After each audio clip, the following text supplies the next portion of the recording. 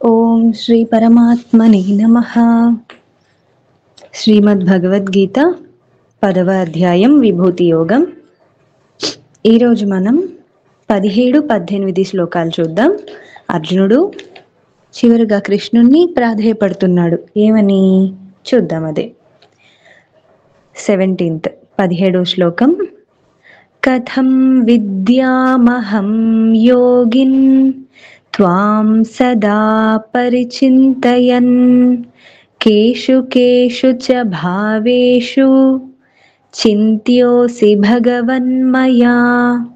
కథం విద్యామహం యోగిన్ సదా త్వాం సదా పరిచింతయన్ కేషు కేషు చ భావేషు చింత్యోసి భగవన్మయా. కథం విద్యామహం యోగిన్ త్వాం సదా పరిచింతయన్ కేషు కేషు చ భావేషు చింత్యోసి భగవన్మయా. కథం విద్యాం అహం యోగిన్. యోగిన్ అంటే కృష్ణుణ్ణి అడ్రస్ చేస్తూ చెప్తున్నాడు అర్జునుడు. యోగి అంటే ఎవరు? యోగమాయకి ఎవరైతే అధిపతో ఆయన. కాబట్టి కృష్ణుడు. కృష్ణ, నువ్వు యోగీశ్వరుడివి, నువ్వు యోగివి. నిన్ను తెలుసుకోవటం నాకు ఎలా సాధ్యమవుతుంది? కథం విద్యాం అహం. విద్యాం అంటే తెలుసుకోవటం. నేను ఎలా తెలుసుకోవాలి నిన్ను? కథం అంటే ఎలా, ఏ విధంగా? త్వాం సదా పరిచింతయన్. నిన్ను ఎప్పుడు చింతించడం అంటే ఏంటి? తలచుకోవటం, నీ గురించి ఆలోచిస్తూ. ప్రతినిత్యం, సదా, ప్రతినిత్యం నీ గురించే ఆలోచిస్తూ నేను నిన్ను ఎలా తెలుసుకోగలను? ఎప్పుడు నువ్వు నాకు గుర్తుండాలి, ఎప్పుడు నువ్వు మాత్రమే నా మనసులో తిరగాలి, నీ ఆలోచనే నా మనసులో ఉండాలంటే అది ఎలా సాధ్యం కృష్ణ? కేషు కేషు చ భావేషు, ఏ విధములైన భావాల చేత. చింత్యోసి భగవన్మయా, నీ గురించి నేను చింతించాలి. అంటే చింతించడం అంటే రెండు అర్థాలు. ఒకటేంటి బాధపడడం, ఒకటి ఆలోచించడం. ఇక్కడేంటి ఆలోచించటం అంటే ఏ విధాలైన భావాలతో నేను నీ గురించి ఆలోచించాలి. నాకు ఏది చూసినా నువ్వే కనబడాలి, ఏది ఏ పని చేసినా నాకు నువ్వే గుర్తు రావాలి. అలా ఏదైనా నాకు ఉపాయం ఉంటే నాకు చెప్పు. అలా ప్రతినిత్యం నేను నిన్ను మాత్రమే తలుచుకునే ఉపాయం ఏదైనా ఉంటే నాకు చెప్పు. ఈ ప్రపంచంలో నేను దేన్ని చూసినా నాకు నువ్వే గుర్తు రావాలి. కాబట్టి ఇలా అడిగాడు కదా అర్జునుడు.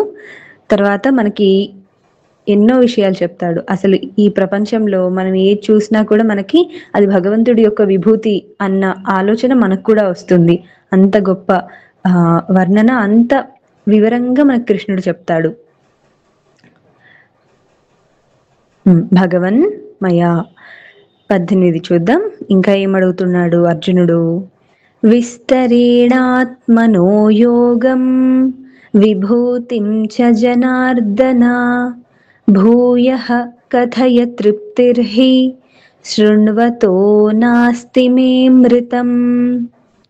విస్తరేణాత్మనో యోగం విభూతిం చ జనార్దన భూయః కథయ తృప్తిర్హి శృణ్వతో నాస్తి మే మృతం. విస్తరేణ ఆత్మనో యోగం విభూతిం చ జనార్దన. జనార్దన, జన అంటే ప్రజలు, ప్రజలు అంటే అన్ని జీవరాశులు. ఇక్కడ జన అనే దానికి జనులు. జనులు అంటే జన్మించిన ప్రతి జీవి అందులోకి వస్తుంది. కాబట్టి అంటే జన్మని తీసుకున్న ప్రతి జీవి కూడా అందులోకి వస్తుంది. ఈ అందరినీ ఆదుకునేవాడా జనార్దన. విస్తరేణ, విస్తారమైన నీ విభూతుల గురించి నాకు చెప్పిప్పుడు.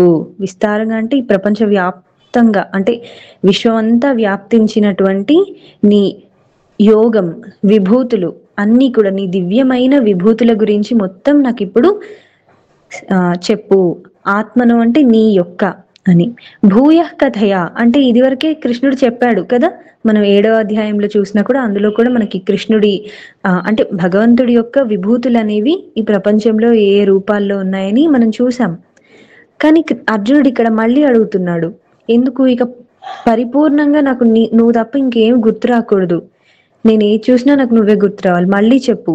అలా ఎన్ని సార్లు చెప్తే నేను అన్ని సార్లు అంత నా మనసులో దృఢంగా అది స్థిరపడిపోతుంది నీ గురించి ఆలోచనలన్నీ కూడా. కాబట్టి భూయః, భూయః అంటే మళ్ళీ చెప్పు కథయా. తృప్తిర్హి నాస్తి తృప్తిర్హి అంటే ఎన్నిసార్లు విన్నా నాకు తృప్తి అనేదే ఉండదు. మనకి ఇష్టమైన వస్తువు ఉంటుంది.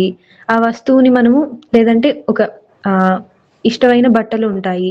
అవి ఎన్నిసార్లు వేసుకున్నా కూడా మళ్ళీ మళ్ళీ వేసుకుంటూ ఉంటాం. ఒక 10 ఏళ్ళైనా కూడా కొన్ని మనకి ఇష్టమైన వస్త్రాలు దాచిపెట్టుకొని మరి వాటిని వేసుకోవడం లేకపోతే పట్టకపోతే దాచుకోవడం ఇలా ఉంటుంది. అంటే ఒక వస్తువు పైనే మనకి అది ఎన్నిసార్లు మనము దాన్ని ఉపయోగించుకున్నా కూడా తృప్తి అనేది ఉండదు. అంత అటాచ్‌మెంట్ ఉంటుంది మనకి ఒక్కొక్క వస్తువు పైన లేదా ఒక ఆహార పదార్థం పైన అలా. అలా వస్తువుల పైన కాకుండా మనకి భగవంతుడి మీద అంతే ఇష్టం అనేది ఉండాలి. అర్జునుడికి అంత ఇష్టం కృష్ణుడంటే. కాబట్టి కృష్ణ నాకు మళ్ళీ చెప్పు. శృణ్వతో మే అమృతం. నీ నీ గురించిన విషయాలన్నీ కూడా నాకు ఎలాంటివంటే అమృతంతో సమానమైనవి. అలాంటి విషయాలు నేను ఎన్నిసార్లు విన్నా శృణ్వతో నాస్తి తృప్తిర్హి అస్సలు నాకు తృప్తి ఉండదు. ఎన్నిసార్లు విన్నా నాకు ఇంకా వినాలనిపిస్తుంది. కాబట్టి మళ్ళీ చెప్పు అని అంతలా ప్రాధేయపడుతున్నాడు అర్జునుడు. అంత ప్రాధేయపడ్డప్పుడు కృష్ణుడు ఇక కరిగిపోతాడు.